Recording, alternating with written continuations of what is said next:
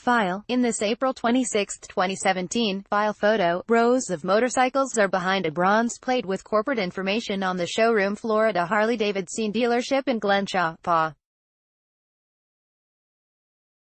Harley-Davidson, facing rising costs from new tariffs, will begin shifting the production of motorcycles heading for Europe from the U.S. to factories overseas. AP photo, Keats Rakosik. File, Washington, AP. President Donald Trump sought Tuesday to avoid blame for Harley-Davidson's decision to move some motorcycle production overseas and threatened to tax the manufacturer, like never before, as punishment for the planned production shift. The Milwaukee-based company said Monday it came to its decision because of retaliatory tariffs it faces in an escalating trade dispute between the U.S. and the European Union.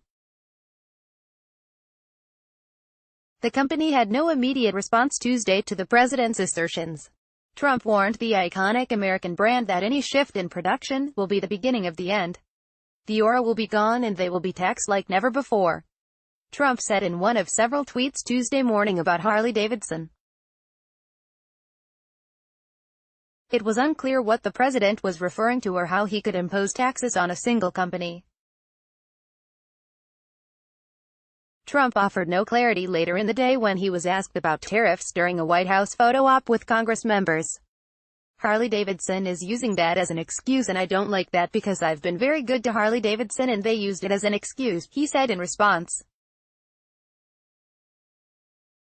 And I think the people who ride Harleys aren't happy with Harley-Davidson and I wouldn't be either. The president has held up the motorcycle maker as an example of a U.S. business harmed by trade barriers in other countries. But Harley-Davidson had warned last year against responding to foreign trade barriers with higher American tariffs, saying the levies could negatively impact sales. The company reiterated Tuesday that it was moving some production of motorcycles destined for sale in the EU to its existing international facilities to address the additional tariffs imposed by the EU. It did not respond directly to Trump. Trump recently imposed steep tariffs on aluminum and steel imported from Canada, Mexico and Europe in his bid to level the trade playing field and reduce trade deficits between the U.S. and its trade partners. But those trade partners feel insulted by Trump and have decided to retaliate. The U.S. and China are also volleying back and forth over tariffs. Trump tweeted Tuesday that Harley-Davidson had already announced it was closing a Kansas City plant and moving those jobs to Thailand. But union officials are the ones who claimed the jobs were being shifted to Thailand. Harley-Davidson has denied a link between Kansas City and Thailand. That was long before tariffs were announced, Trump said on Twitter. Hence, they were just using tariffs, trade war as an excuse. Shows how unbalanced. Harley-Davidson executives met with Trump at the White House last year after Trump canceled a visit to the company's headquarters in Milwaukee because protests had been planned. When I had Harley-Davidson officials over to the White House, I chided them about tariffs in other countries, like India, being too high, Trump tweeted. Companies are now coming back to America. Harley must know that they won't be able to sell back into U.S.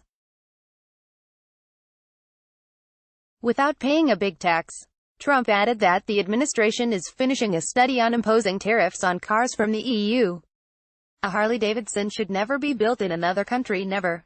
Trump tweeted. Their employees and customers are already very angry at them. If they move, watch, it will be the beginning of the end. They surrendered, they quit. The aura will be gone and they will be taxed like never before. Republican Rep. Jim Sensenbrenner, whose Wisconsin district includes Harley's plant in Menominee Falls, said the EU has a long history of abusive trade practices but urged Trump to address abuses without harming jobs in the U.S. It's unfortunate that such a strong Wisconsin company like Harley-Davidson has to bear the brunt of this trade dispute, Sensenbrenner said. I understand that the president is a tough negotiator, but I urge him to consider a more targeted approach that protects American workers and businesses, Associated Press writers Scott Bauer in Madison, Wisconsin, Steve Harnowski in Minneapolis and Lori Chalman and Paul Wiseman in Washington contributed to this report.